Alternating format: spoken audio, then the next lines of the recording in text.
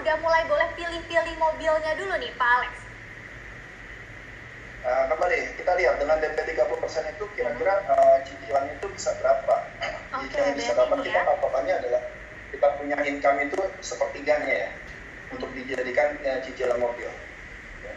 Dari sepertiga itu kita lakukan simulasi, apabila kita punya income misalnya X, untuk mendapatkan angsuran sepertiga X, maka dengan punya DP 30%, kita bisa hitung balik tenornya itu berapa lama ya kita bisa cicil. Seperti itu. Setelah itu, kalau sudah mulai menyesuaikan tenornya, tadi sesuai dengan income-nya, kalau bisa setiap bulannya itu sepertiga income, baru lanjut pilih mobilnya gitu Pak Alex? Iya, tapi kalau itu bisa dilakukan paralel ya, kan yang namanya manusia itu kan punya keinginan ya, pasti akan lihat-lihat spek mobil segala macam, dengan modalnya bentuknya seperti apa, dan kisaran harga yang sama, seperti itu loh, lebih kurang. Kalau di kondisi sekarang, Pak Alex, untuk mobilnya sendiri, jenis-jenis mobil yang memang ramah di kantong tuh yang seperti apa sih Pak Alex? Tadi Pak Alex sudah sebut LCGC, mungkin bisa dijelaskan lebih detail lagi yang seperti apa tipe-tipenya gitu yang bisa ramah di kantong gaji pas-pasan nih Pak Alex? Saya cukup sebut LCGC karena kalau saya sebut nanti tipe tertentu nanti ada yang iri gitu. Kan merek LCGC itu ada beberapa merek mengeluarkan LCGC ya. Gitu. Jadi ya mungkin bisa dilihat sendiri ya, LCGC itu ada beberapa merek di sana ya, yang harganya 100 juta lebih seperti itu. Oke, nah masalah selanjutnya adalah begitu sudah menyiapkan uang mukanya, kemudian juga disesuaikan tenornya, sudah dipilih mobilnya.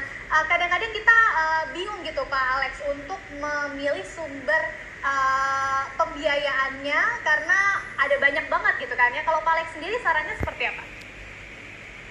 Kalau udah punya DP yang 30, kalau udah punya untuk DP 30% ya pilih perusahaan pembiayaan yang kasih bunganya murah. Ya. Gimana Pak Alex? Sorry. Supaya kalau udah punya DP 30%, saya sarankan untuk cari perusahaan pembiayaan yang bisa memberikan bunga yang kompetitif ya. Karena kan kalau bunganya kompetitif nanti angsurannya juga akan makin ringan. Seperti itu. Nah, berarti itu nanti kaitannya dengan bunga ya. Nah, kita akan bahas lebih detail ini terkait dengan bunga yang kompetitif itu seperti apa. Kemudian gimana caranya kita bisa konsisten gitu ya menyicil cicilan mobil ke depannya. Masih bersama dengan Pak Alexander Tan, Direktur Utama Maybank Finance. Dialog akan kita lanjutkan usai jeda berikut ini, tetap di Investasi.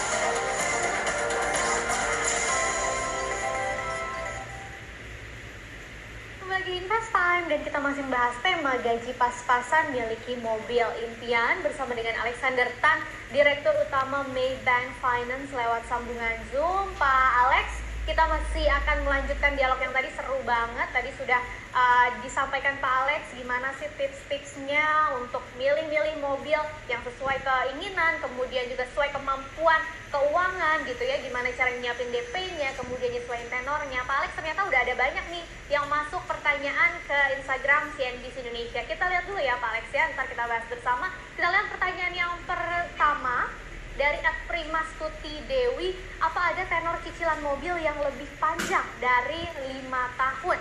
Oke, pertanyaan kedua dari @Astri Dewayani, berapa sih idealnya persentase pengeluaran untuk keperluan mobil dari gaji setiap bulan? Nah, itu tadi sebenarnya sudah sempat dibahas, tapi mungkin di luar cicilan karena ada banyak keperluan yang lain untuk punya mobil. Nah, berapa sih tuh harus persentase biayanya? Nah, dari pertanyaan ketiga Tri Apri, lebih ringan ongkos mana nih, beli mobil baru atau bekas untuk mobil pertama? Itu dia 3 pertanyaan yang sudah masuk Instagram CNBC Indonesia. Langsung saja kita bahas bersama dengan Pak Alexander Tan. Pak Alex, kita bahas ya pertanyaannya, kita jawab satu-satu dari netizen atau follower CNBC Indonesia. Yang pertama nih Pak Alex, dari @primastuti Dewi, tadi ada tenor cicilan mobil yang lebih panjang nggak sih Pak dari 5 tahun? Nah, bisa dijelasin lebih detail lagi nih Pak tentang tenor atau masa atau jangka waktu cicilan mobil, Pak Alex. Sebenarnya yang di atas 5 tahun itu banyak ya. Kebetulan dari tempat saya aja itu bisa sampai dengan 7 tahun. Ya. Jadi ada yang tenor 6 dan 7 tahun di atas yang 5 tahun. Itu, saya rasa kalau sampai dengan 7 tahun di Indonesia paling lama ya tenor untuk kredit mobil. nggak salah. Tapi idealnya kalau Pak Alex sendiri menyarankan sebaiknya gitu ya dengan gaji pas-pasan tadi itu bisa berapa tahun Pak? Supaya nggak memberatkan. Kalau yang tadi saya sebutkan itu 7 tahun ya, kalau misalnya mau angsuran di bawah 2 juta. Itu 7 tahun. Oke, berarti dengan DP bisa 30% tadi.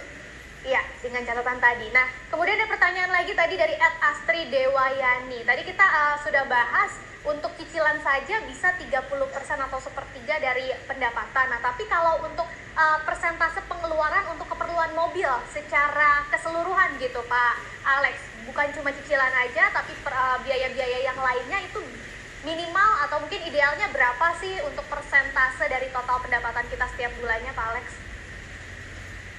Saya rasa tergantung pemakaian sebenarnya ya. Karena kan untuk pengeluaran pengeluaran mobil itu juga ada pengaruh daripada penggunaan bahan bakar ya.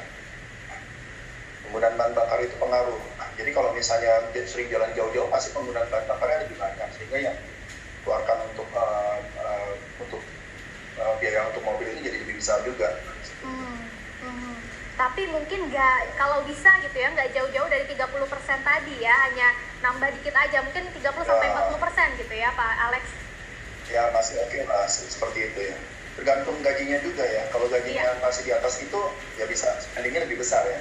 Oke, iya, karena tadi kita bahas gaji pas-pasan kira-kira 5 juta ke atas, mungkin bisa 30-40% tadi kata Pak Alex, 30%-nya untuk cicilan. Nah, yang pertanyaan ketiga nih juga menarik, Pak Alex dari @Tri Apri, lebih ringan ongkos yang mana nih? Beli mobil baru atau bekas untuk mobil pertama Pak Alex? Bisa dijelaskan perbedaannya seperti apa sih? Sesignifikan apa sih kalau kita mau beli mobil baru dan mobil bekas? Yang pasti kalau beli bisa aja kita dapatkan mobil dengan dengan budget yang lebih kurang sama dengan mobil baru, tapi misalnya cc-nya lebih besar. Ya. Tapi kan ada konsekuensinya kalau kita beli mobil bekas dengan cc yang lebih besar dibandingkan dengan LCGC yang cc rendah itu, tentu pemakaian bahan bakarnya jadi lebih boros. Itu satu. Kemudian mobil bekas itu kan pasti perawatannya perlu lebih banyak ya daripada mobil baru. Karena kalau mobil baru itu biasanya ada garansi 3 tahun hingga 3 tahun atau 100.000 km. Kemudian juga biaya perawatannya pasti lebih ringan karena kita tinggal hanya melakukan servis rutin aja ke bengkel, ganti oli dan sebagainya. Jadi kemungkinan adanya biaya tambahan karena kerusakan mobil itu sendiri jadinya lebih tidak ada untuk mobil baru karena ada garansi lagi. Oke, jadi ada plus minusnya gitu ya. Yang jelas kalau mobil bekas harus diperhatikan juga kondisinya seperti apa sih walaupun bekas gitu kan. Karena semakin lama usia mobilnya juga pasti biaya perawatannya nanti akan berbeda juga. Nah Pak Alex, kita lanjutkan tadi masih terkait dengan bunga tadi ya. Kalau untuk suku bunganya sendiri sebetulnya berapa sih idealnya gitu Pak yang terbaik dan yang paling pas untuk gaji yang pas-pasan ini? Sebenarnya sekarang ini kalau kita mau beli mobil melalui kredit, ini momen yang sangat baik ya. Karena pada saat ini dalam sejarah Indonesia saya rasa kondisi bunga kredit mobil paling rendah pada saat mulai bulan